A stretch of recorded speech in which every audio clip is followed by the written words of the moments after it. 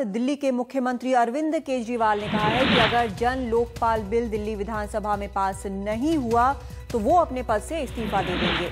NDTV की बरखा दत्त से खास बातचीत में अरविंद केजरीवाल ने कहा कि कांग्रेस और बीजेपी जन लोकपाल के रास्ते में अड़ंगा लगाने की कोशिश कर रही है और अगर विधानसभा में उन्होंने इस बिल में अड़ंगा लगाया तो वो अपनी कुर्सी भी कुर्बान कर देंगे।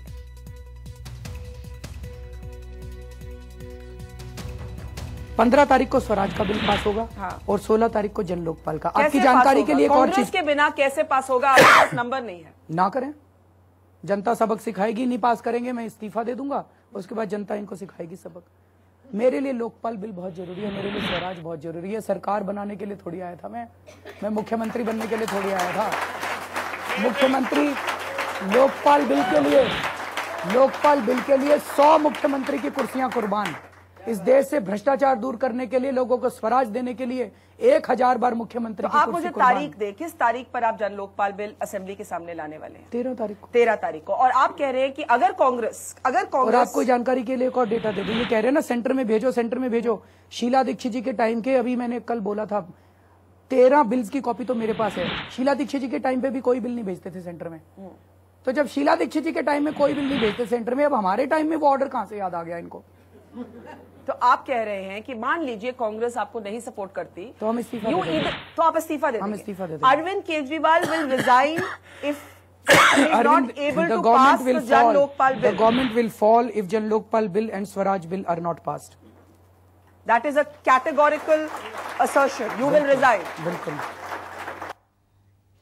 और बरखा दत्त हमारी ग्रुप एडिटर इस वक्त हमारे साथ फोन लाइन पर जुड़ रही हैं। बरखा, अगर हम देखें जो बात कही है अरविंद केजरीवाल ने, विन विन सिचुएशन है। जन लोकपाल पास हो जाता है तो उन्होंने अपना वादा पूरा कर लिया, नहीं होता है तो दूसरी पार्टियों को ब्लेम करके उसका भी इलेक्टोरल फायदा उठाया जा सकता है।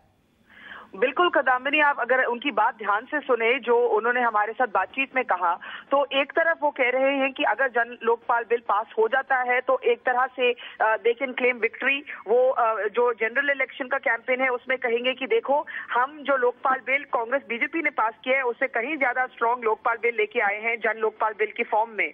और अगर नहीं पास होता तो वो चुनाव में ये कहते हुए जाएंगे कि कांग्रेस की वजह से हमारी सरकार गिरी और कांग्रेस ने हमें एक एंटी करप्शन मुद्दे पर सपोर्ट नहीं किया और इसलिए मैंने इस्तीफा दिया है।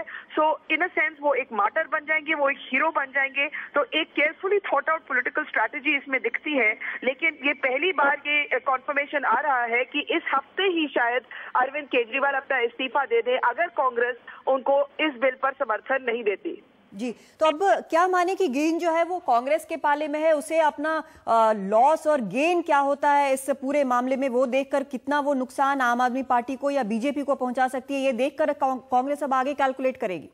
बिल्कुल, कांग्रेस के लिए एक बहुत मुश्किल सिचुएशन हो गई है। एक तरफ उनका जो बिल है जो उन्होंने पार्लियामेंट में पास किया है, जिसको बीजेपी ने भी सपोर्ट किया, जिसको राहुल गांधी कहती है कि ये हमारी बहुत बड़ी अचीवमेंट है, उससे अलग बिल वो दिल्ली सरकार की असेंबली में क्या सपोर्ट कर सकती है? ये कांग्रेस के लिए एक बहुत बड़ा कॉन्ट्रडिक्शन है। क्योंकि अगर वो जन लोकपाल बिल को सपोर्ट देती है तो बात उठती है कि फिर दूसरे बिल को, दूसरे फॉर्म ऑफ बिल को उन्होंने केंद्रीय लेवल पे क्यों सपोर्ट दिया?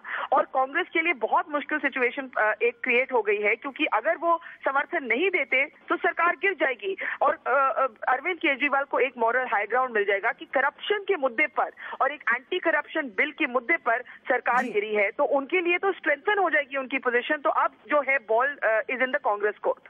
बहुत शुक्रिया बरखा इस पूरी जानकारी के लिए। तो अब कांग्रेस के लिए बेहद कठिन स्थिति और आम आदमी पार्टी जिस तरह से बता रही है वो एक तरह से चुनावी फायदे के रास्ते पर चल पड़ी है।